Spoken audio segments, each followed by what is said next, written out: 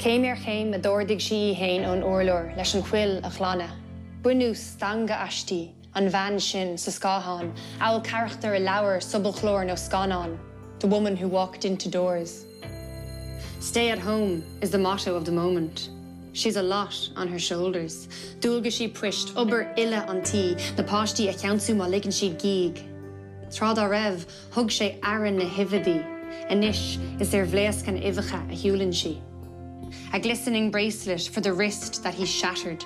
Flowers in his fists, lies to doctors. There's a pattern.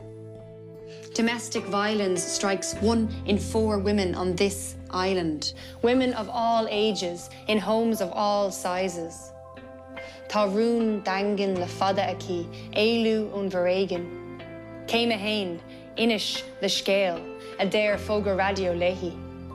Agus ina crí is je, tegan si, inniu, an lá, taréis gach ulling si, hánig si slán. Tá si cóláidir le crown darach, agus fós ag fás, inniu an lá.